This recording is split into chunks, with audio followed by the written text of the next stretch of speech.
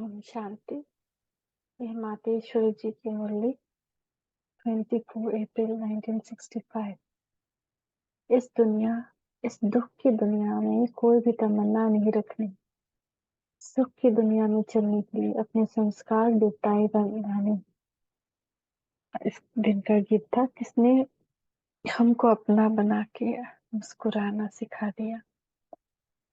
एक है मुस्कुराने की दुनिया और दूसरी है रोने की। तो अभी कहाँ बैठे हो? रोने की दुनिया का अंत और मुस्कुराने की दुनिया अथवा सुख की दुनिया का भी सैपलिंग लग रहा है। हम है संगम पर, लेकिन अभी उस सुख की दुनिया के लिए पुरुषार्थ कर रहे हैं। अपना सारा अटेंशन उसी पर है। अभी इस रोने की दुनिया अथवा दुख की दुनिया में कोई भी तमन्ना धन संपत्ति की, मर्तबे की, मान इज्जत की, किसी भी बात की नहीं रखनी है, क्योंकि अभी तो सभी में धन संपत्ति में भी रोना ही है, यानी दुख ही है।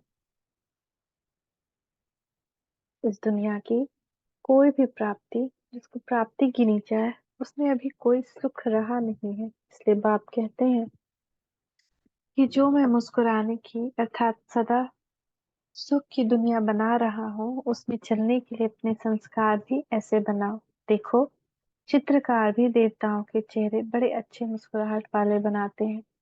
उनके चेहरे में पवित्रता, दिव्यता आदि दर्शाते हैं। तो हम भी यही संस्कार बना रहे हैं अथवा धारण कर रहे हैं। वहां कोई दुख का चिन्ह है ही नहीं, वहां कभी रोना होता नहीं। इसलिए कहते हैं, अरे बहुत रोया, बहुत दुख पाया। अर्थात दुख की दुनिया के अनेक जन्म होंगे। अभी वह रात पूरी होकर के दिन भी तो आएगा ना। तो यह रात अथवा दुख की जो जनरेशन है, वह अभी पूरी होती है। अभी सुख की जनरेशन चालू होती है। तो उस सुख की दुनिया का फाउंडेशन यहाँ लगाना है। इसलिए बहुत संभाल रखनी है। अभी फाउंडेशन लगा तो लगा, नहीं लगा तो फिर सदा के लिए सुख को प्राप्त करने से वंचित रह जाएंगे। जो गाया भी हुआ है कि मनुष्य जन्म अति दुर्लभ है, वह किस जन्म के लिए? इस जन्म के लिए, क्योंकि ऐसे जन्म तो हमारे बहुत हैं। परंतु सहज सबसे महत्व इस जन्म का है, क्योंकि अभी हम अपना उच्च जनरेशन का फाउंडेशन लगा रहे हैं। कई समझते हैं कि मनुष्य जन्म 84 लाख योनियों के बाद मिलता है, इसीलिए समझते हैं कि यह मनुष्य जन्म अति दुर्लभ है। ये 84 लाख योनियों के बाद ही एक सुख का जन्म मिलता है। परंतु ऐसा होता तो सभी मनुष्य सुखी होने चाहिए थे। फिर इतना दुख क्यों भोगते हैं? मनुष्य को तो मनुष्य जन्म में ही अपने जन्म में ले जाकर जो दुख अथवा सुख या जो भी कर्मों का हिसाब है वह भोगना है। बाकी ऐसे नहीं कि कोई जानवर, पंछी, पशु या वृक्ष आदि मनुष्य बनता है। नहीं, ये सभी बातें अभी बुद्धि में है। मनुष्य को अपने कर्म का हिसाब मनुष्य जन्म में पाना है, और यह भी जानते हैं कि मनुष्य के अधिक अधिक 84 जन्म होते हैं। बाकी जितना जितना जो पीछे आता है, उनके जन्म भी कम रहेंगे। तो यह सभी हिसाब अभी बुद्धि में है। उसी हिसाब अनुसार हम जानते हैं कि हमारा अभी यह अंतिम जन्म है, जिसमें अभी हम नई जनरेशन अथवा सुख के अनेक जन्मों की जो प्रारब्ध है वह बना सकते हैं। इसलिए इस जन्म की महिमा है कि यह जन्म सबसे उत्तम है, क्योंकि इसमें हम उत्तम बन सकते हैं। तो इस जन्म की बहुत संभाल और अटेंशन रखने का है।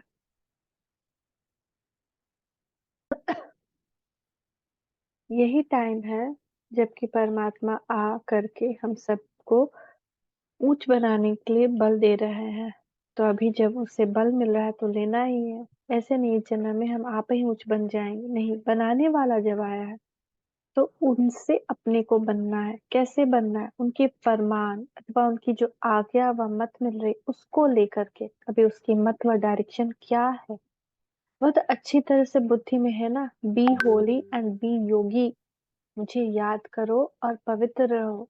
तो यह बात अपनी बुद्धि में अच्छी तरह से रख करके उनके फरमान पर अपने को चलाना है। तब अपना जो सौभाग्य है वो उच्च बना सकेंगे अथवा उस सदा सुख की दुनिया का सुख पा सकेंगे। ऐसे तो नहीं समझते हो ना कि ये सब कल्पनाएं हैं? ऐसा तो ख्याल नहीं आता है ना, कल्पना क्यों समझी जाए? जबकि हम देख रहे हैं कि ये दुख की दुनिया है, यह तो कल्पना नहीं है, प्रैक्टिकल है। तो जरूर सुख की दुनिया भी प्रैक्टिकल होनी चाहिए, जो अभी नहीं है लेकिन होनी तो चाहिए ना। ऐसे तो नहीं, ये संसार सदा दुख का ही है, इसमें दुख और सुख दोनों ही है, परंतु सुख का भी समय है। ऐसे नहीं कहेंगे कि अभी जो सुख है बस यही सुख है, यही स्वर्ग है, ऐसे ही सुख दुख है, परंतु नहीं। अभी के सुख को सुख नहीं कहेंगे, वो सुख जो था जिसमें हम सदा सुखी थे, वह चीज ही और है, इसलिए सुख उसको कहेंगे। आज कल्पना क्यों समझते हैं? क्योंकि आज वह है ही नहीं, परंतु यह अपने विवेक और इस नॉलेज के बल से समझते हैं कि जब दुख की दुनिया है तो जरूर सुख की दुनिया भी होनी चाहिए। कई तो ऐसा मार्ग बतलाते हैं कि भले दुख आवे परंतु तुम समझो कि मैं सुखी हूँ। इसलिए कई समझते हैं सुख की कोई इच्छा या तमन्ना नहीं रखनी, इससे इच्छा मात्र अविद्या बनना है। उसकी इच्छा ही क्या रखनी है, जो होता है उसमें ही सुख समझो। फिर भले रोग हो, भले कोई अकाले मृत्यु हो, कोई भी ऐसी बात हो, परंतु तुम अपने को समझो मैं सुखी हूँ, तो यह हो गया अपनी कल्पना का सुख। इसको थोड़ी प्रैक्टिकल कहेंगे, जैसे दुख प्रैक्टिकल है, कई दुख की बातें प्रैक्टिकल में आती है, ऐसे सुख भी तो प्रैक्टिकल होना चाहिए। तो अपने टाइम पर फिर उस सुख की दुनिया को आना है, लेकिन उसका फाउंडेशन अभी लग रहा है। उसके लिए हमें अभी अपने कर्मों को श्रेष्ठ बनाना है, क्योंकि ये कर्म क्षेत्र है, कर्म भूमि, इसमें जो बोएंगे सो पाएंगे। इसका भी, यह भी इसका नियम है। बाप कहते हैं इस लॉ को तो मैं भी ब्रेक नहीं कर सकता हूँ। भल मैं वर्ल्ड ऑल माइटी अथॉरिटी हूँ, लेकिन इसका मतलब यह नहीं कि मैं चाहूँ तो आसमान को नीचे करूँ, धरती को ऊपर करूँ। वो समझते हैं भगवान तो कुछ भी कर सकते हैं, वो मुर्दे को भी जिंदा कर सकता है, परंतु भगवान व शक्ति का अर्थ यह नहीं कि वह मुर्दे को जिंदा करे, वह तो आत्मा को शरीर छोड़ने का बात का ही है। आत्मा को शरीर छोड़ने का ही है, वह तो बात ही नहीं है। अगर उसको जिंदा कर दूं तो क्या वह फिर मुर्दा नहीं बनेगा? फिर भी बनेगा। तो हर चीज का जो नियम है वो तो चलेगा। इसलिए इसमें कोई शक्ति दिखलाने की बात नहीं। ये जो पांच तत्व है, हर तत्व का भी अपना एक नियम है। वह भी golden, silver, copper, iron age अनुसार अपनी स्टेज में आते हैं।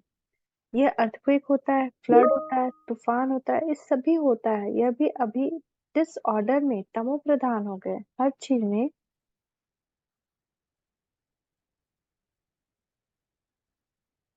अभी तमो प्रधानता है।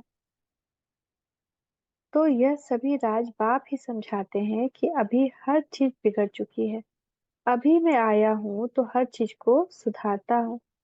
इसके लिए मैं पहले मनुष्य आत्मा को सुधारता हूँ, उससे सब चीजें सुधर जाती हैं। फिर संसार जब सुधरा हुआ है तो उसमें सदा सुख है, फिर कोई चीज एक दो को दुख नहीं देती है। अभी सब चीजों से दुख मिलता है। तो इन सभी बातों को समझाना, समझना और किस तरह से सृष्टि का अथवा इस संसार का चक्र चलता है उसे जानना, इसी का नाम ज्ञान है। इसी का मैं नॉलेजफुल हूँ, मेरे पास इसकी फुल नॉलेज है। कर्मों का खाता कैसे चलता है, कैसे नंबरवार आते हैं, इन सभी बातों को मैं जानता हूँ। इसलिए कहते हैं कि ज्ञान को मनुष्य यथार्थ रीति समझ नहीं सकते, क्योंकि मनुष्य तो सब इस चक्र में आने वाले हैं ना। तो जो चक्र में आने वाले हैं वे इन बातों को जान नहीं सकते। जो चक्र के बाहर हैं उनके पास ये सब नॉलेज रहती है। तो बाप कहते हैं कि मैं ही आकर के फिर सुनाता हूँ, क्योंकि वह जानकारी मेरे पास रहती है और सबसे भूल जाती है, तो सबको बल देने वाला भी मैं ही हूँ। मेरे में ही वह पावर रहती है। और तो सभी जन्म मरण के चक्कर में आकर अपनी पावर्स खो देते हैं, तो मैं आता हूँ अपना बल देने के लिए। ये तो सीधी बात है, इसमें मूझने वाली बात है ही नहीं। इसलिए मुझे परमात्मा, सर्वशक्तिमान, जानी जाननहार, ज्ञान का सागर कहकर महिमा करते हैं। यह मेरी महिमा कोई मुफ्त की थोड़ी है। मैंने काम किया है और मेरा कुछ कर्तव्य है। मैंने बहुत ऊंचा काम यहाँ किया, इसलिए महिमा है। जैसे मनुष्य की भी महिमा क्यों होती है? गांधी के लिए कहते हैं बहुत बड़ा अच्छा आदमी था, ऊंचा था, तो ऊंचा माना ऐसे नहीं एकदम बड़ा बड़ा हो था, ऐसे बड़ा नहीं था। बड़ा माना अपने कर्तव्य में बड़ा था, उससे अच्छे कर्तव्य किए, इसलिए उनको सब याद करते हैं, उनकी सब महिमा करते हैं। तो मनुष्य की हिस्ट्री में जो भी बातें आती है कि फलाने ने ये अच्छा काम किया, उसी अनुसार फिर उसका गायन भी होता है। तो परमात्मा की भी इतनी जो महिमा है उसने भी हमारे लिए कुछ न कुछ काम किया होगा। बाकी ऐसे थोड़ी है कि बस ऊँचा है, बैठा है, बस उसकी शक्ति चलती रहती है या उसका ये सब काम होता ही रहता है। उसने आकर के कुछ किया है, तभी उसकी महिमा है। मनुष्य को ऐसा ऊँचा उठाया है और इस तरीके से उठाया है, इसीलिए उसकी महिमा है। तो अभी परमात्मा की महिमा और परमात्मा के कर्तव्य को समझना है। जैसे धर्मपिता भी आए हैं, जिनकी महिमा गाई हुई है, गुरु नानक देव, क्राइस्ट, बुद्ध आदि उन्होंने भी तो उसकी तरफ इशारा किया ना।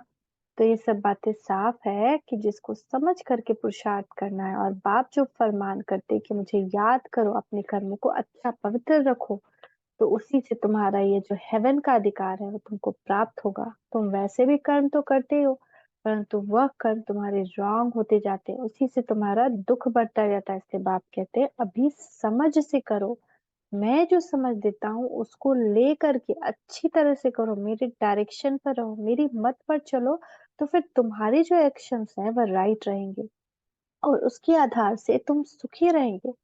अपने एक्शन से ही तो बनना बिगड़ना होता है। उसको हम क्या बनाएं, कैसा बनाएं, उसकी हमको समझ चाहिए। वह अभी समझ दे रहा है, उस पर चलना है। इन बातों का समझ करके अपना ऐसा पुरुषार्थ रखना है। अच्छा, देखो कितनी सिंपल सहज बात है। इसके लिए मनुष्य कितने वेद शास्त्र ग्रंथ पुराण, कितने हठ योग प्राणायाम आदि करते हैं। ये सब बातें साफ करके बाप समझाते हैं चलना तो कर्म से ही है, लेकिन कर्म को खाली सुधारते चलो। वह सुधारो कैसे, वह समझाते हैं। उसके लिए तुमको कोई विद्वान पंडित आचार्य बनने की बात नहीं है, तुमको अपना कर्म को स्वच्छ बनाने के लिए। स्वच्छता पवित्रता क्या है वह बैठकर स्पष्ट समझाते हैं कि तुम मेरी याद के बिना पवित्र नहीं बन सकते। भले तुम कोई देवता को याद करो, किसी के भी योग से तुम पवित्र नहीं बनोगे। पापों को दग्ध करने का बल मेरे पास है। इसीलिए बाप कहते हैं कि जब तक मेरे से कनेक्शन नहीं है तब तक पावर नहीं बन सकते। जैसे बत्तियों का कनेक्शन मेन पावर हाउस से है ना, अगर वहां से कनेक्शन ना हो तो बत्ती में लाइट नहीं आएगी, वह बल नहीं आएगा। इसी तरह से तुम्हारा कनेक्शन मेरे से हो, मैं हूँ मेन पावर हाउस, तो उससे कनेक्शन चाहिए। हम क्या करते हैं, अपना कनेक्शन सब इधर उधर जोड़ने की कोशिश करते हैं, कभी स्थूल वस्तुओं से, कभी किसी मनुष्य से, पर उससे पावर नहीं आएगी। अगर उससे कनेक्शन नहीं होगा तो तुमको ताकत नहीं मिलेगी, और ताकत नहीं मिलेगी तो पाप दग्ध नहीं होंगे, और पाप दग्ध नहीं होंगे तो तुम आगे नहीं बढ़ सकेंगे। तब कहते हैं कि मेरे से योग लगा, मेरे बिना तुम्हारी सदगति नहीं हो सकती। अच्छा, मीठे मीठे बच्चों को याद कर good morning, Om Shanti. Good morning, Om Shanti. माँ बाप, मीठे मीठे बाप दादा को और मम्मा को ओम शांति। शुक्रिया मम्मा, शुक्रिया। वरदान, मास्टर सागर बन गुड़ियों का खेल समाप्त करने वाले स्मृति सो समर्थ स्वरूप भव। जैसे भक्ति मार्ग में मूर्ति बनाकर पूजा आदि करते हैं, फिर उन्हें डुबा देते हैं, तो आप उसे गुड़ियों की पूजा कहते हो। ऐसे आपके सामने भी जब कोई निर्जीव असार बातें, ईर्ष्या, अनुमान, आवेश आदि की आती है, तो और आप उसका विस्तार कर अनुभव करते या कराते हो कि यह सत्य है, तो यह भी जैसे उनमें प्राण भर देते हो। फिर उन्हें ज्ञान सागर बाप की याद से बीती सो बीती स्वानुभूति के लिए भी डुबोते भी हो। इसलिए इससे भी टाइम तो वेस्ट जाता है ना। इसलिए पहले से ही मास्टर ज्ञान सागर बन स्मृति सुसमर्थी भव के वरदान से इन गुड़ियों के खेल को समाप्त करो। स्लोगन, जो समय पर सहयोगी बनते हैं उन्हें एक का पदम गुना फल मिल जाता है।